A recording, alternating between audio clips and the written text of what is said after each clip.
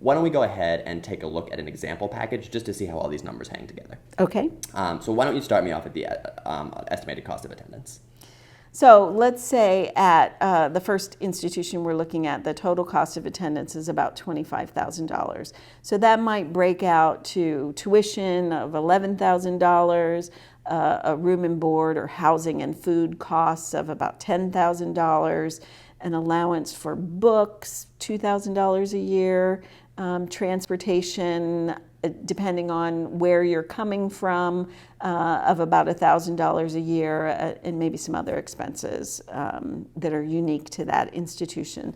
That would add up to the $25,000 cost of attendance. Great. And just to be clear, for the point you mentioned earlier, you may see on a financial aid letter just tuition, room, and board included. That's right. And if that's the case, you want to actually add in your own book allowance, transportation allowance, other allowance, because those are actually going to be costs that you're going to incur.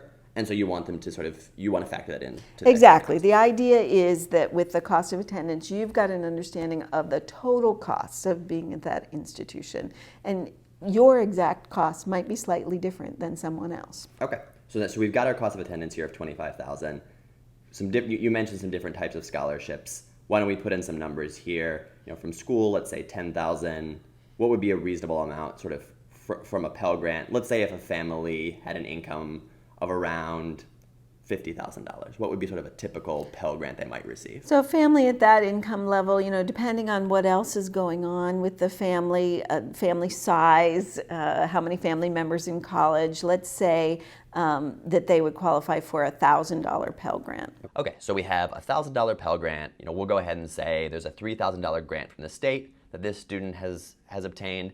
And then why don't we go ahead and also put in a $1,000 outside scholarship? And this is a scholarship that's not coming from the school itself. It probably won't be included on the financial aid letter unless you've already told them about it.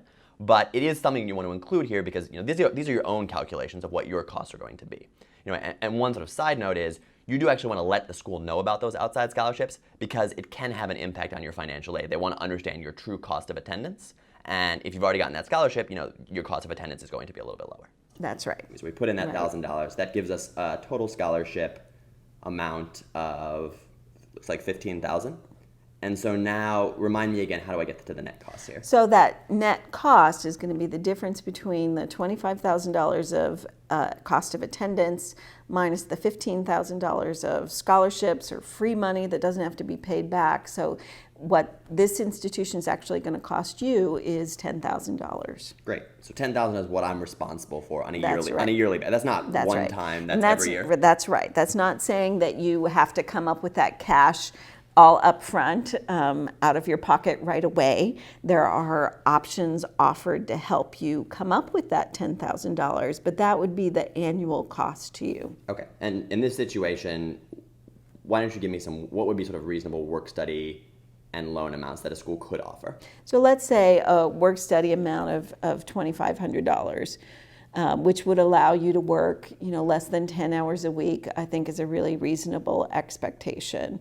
And then a loan amount of another $2,500. So there's $5,000 of that net cost that's taken care of between work study and student loans. So that leaves the family or the parents with $5,000 to cover of that total educational cost of $25,000. And is that $5,000 going to be due right away? Like day one of school, Right. they pay the $5,000, or when do you actually have to pay Typically, no. It's usually paid, if it's a semester school, it would be half of it at the start of the year, half of it halfway through the academic year. So it depends on that school's academic calendar and their billing cycle.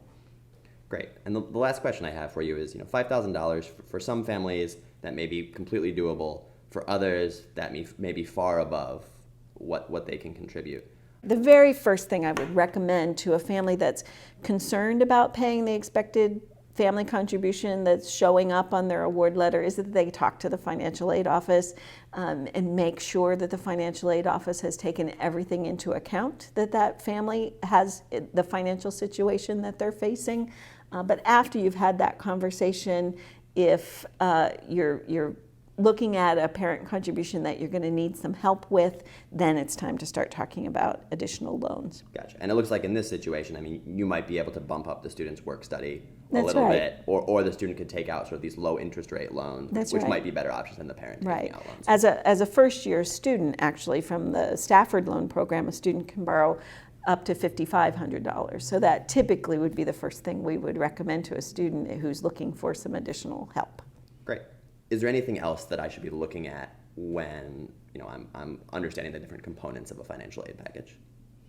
Well, I think it's critical that you identify the difference between scholarships and loans and work study that are being offered. Unfortunately, it's not always readily apparent from the information that you're receiving from the school. So make sure you understand what's a scholarship, what's a loan that has to be repaid, and what's work study. If you have any questions about that at all, go to the financial aid office to ask. Okay, so students really need to kind of put this sheet together for themselves. It's not necessarily going to be handed to them on a silver platter. That's right. I think that's the best thing to do, to make sure you understand what's going on with your financial aid and how much are you signing for in student loans, for example, to really understand the bottom line of what you're getting into.